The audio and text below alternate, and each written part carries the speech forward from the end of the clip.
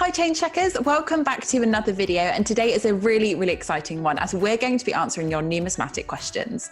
That's right, so we posted a Q&A on our Instagram stories and you guys asked some really great questions, so we thought we'd dedicate a whole video to answering them. But before we get stuck in, if you're listening on the go via the Change Checker podcast, make sure that you subscribe so that you don't miss out on any future uploads.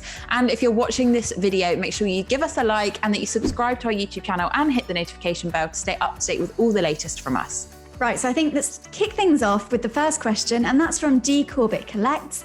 They've asked if there's a possibility of some commemorative 12-sided pound coins, and that is a really good question. It really is. So let's all refresh our memory on the recent announcement that the Royal Mint has no plans actually to issue any £2 for circulation in the next 10 years. So this is partly down to the fact that we have seen so many £1 coins issued since the introduction of that new 12-sided £1 coin. And in fact, in 2019 alone, we saw 138 million nations of the Crown's £1 coin enter circulation, which is 8 million more than in 2018. That is absolutely incredible. You know what, we would certainly love to see some more commemorative £1 coin designs. I'd be really excited to see some. As you know, the original round pound coins that we saw, they featured some really incredible designs. They were just absolutely amazing. Yeah, they really were. So with over 25 round pound designs to collect, it's so hard to choose a favourite. I do think mine has got to be that Bridges series. It's so fun to think that whilst you're collecting these coins, you can also challenge yourself to visit each of the featured bridges. But Rachel, what is your favourite? You know what, they are all pretty amazing, but I think for me, it's got to be that 2016 last round pound. I think the design is really dynamic on it. So I think that for me has just got to be a standout feature. But of course, it is marking the end of an era as we did say goodbye to those round pound coins with the introduction of the new 12-sided £1. Well, I mean, it would really be exciting to see some more commemorative £1 coins. And let's not forget that we actually saw our first commemorative 10p coins only in 2018. So, you know, we can certainly keep our fingers crossed to see a similar story happen for our £1 coins in the future. Definitely. Okay, so our next question comes from Chris Ackers, and they have asked if the John Logan Baird 50p coin has been issued as part of the Royal Mint's Innovation in Science series. Now that again is a really good question. You know, we've so far seen 2 different issues released in this series. So back in 2019, there was that incredible Stephen Hawking 50p, which I'm sure you'll all remember. And then last year we had the Rosalind Franklin 50p as well, which is of course celebrating the discovery of DNA.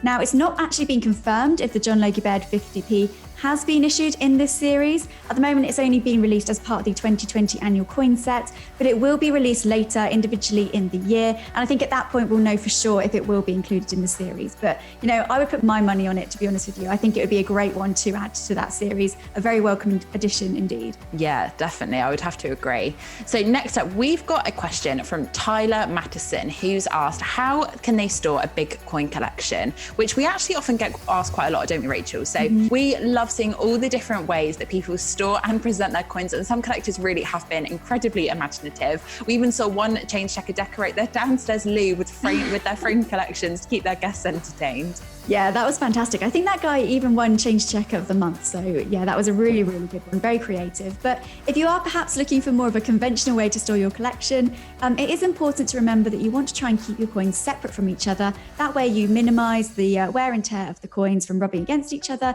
and you can preserve that quality that you found them in. So of course, Change Checker does have a number of storage options, including our very popular Change Checker album. And of course, you have the pocket pages as well, so that you can individually store your coins. Definitely. And if you're a collector of particular themes like Beatrix Potter or Paddington Bear, then there's also a range of different collecting packs where you can simply just push fit your coins in as and when you find them, and you can display them in the packs there. Exactly. So next up, we have a question from Babel Jones, who asks if there is a website where you can trade coins for free. And of course, the very simple answer is yes, it is the Change Checker Swap Centre. So it's very simple to use the Swap Centre. You simply list the coins that you have in your collection and the coins that you're looking to swap, and Change Checker will then find any potential swappers to match you up with. So this is done on a like-for-like basis. So for example, if Alex had a Jeremy Fisher 50p and wanted to swap with my Benjamin Bunny 50p, then Change Checker would identify that as a potential swap and let us get in touch. And alternatively, of course, there is the Change Checker community group on Facebook where you can share, learn and swap with other collectors. It's also a really great place just to stay up to date with all the latest numismatic news, as it acts really well as a fun forum site too. It really does. Okay, so our final question comes from Lucy Webster, and they want to know how to grow their collection, which again is another really good question that we do get asked quite a lot. So we've got a great video on our YouTube channel about how you can start collecting, but here are some of our top tips. So it might sound obvious, but in order to start collecting coins, you really do need to be using cash. And whilst that can be quite difficult at the moment, if you are able to use cash, make sure that you're asking for change to be given in the denomination of the coin that you're wanting to collect. Yeah, and obviously another big tip for people wanting to build their collection is to swap with other collectors. You know, you might have a coin that another collector wants, so you can do a like-for-like trade and you can just build your collection from there. Exactly. So there we have some really great numismatic questions from all of you guys. We've loved answering them, so thanks for sending them in. And remember, if there are any other questions that you'd like us to answer, simply leave a comment below and we'll get back to you as soon as we can.